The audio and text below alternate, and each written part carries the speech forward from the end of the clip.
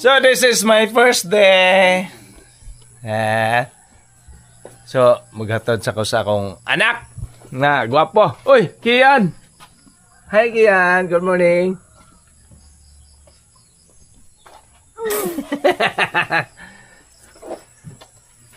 Baby. Si ate. Kinsay sakyan mo te? Kuya. Ha? Sige, sige. Una me.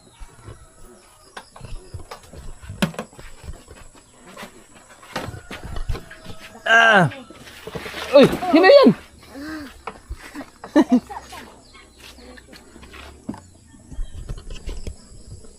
First day sa akong mission karon.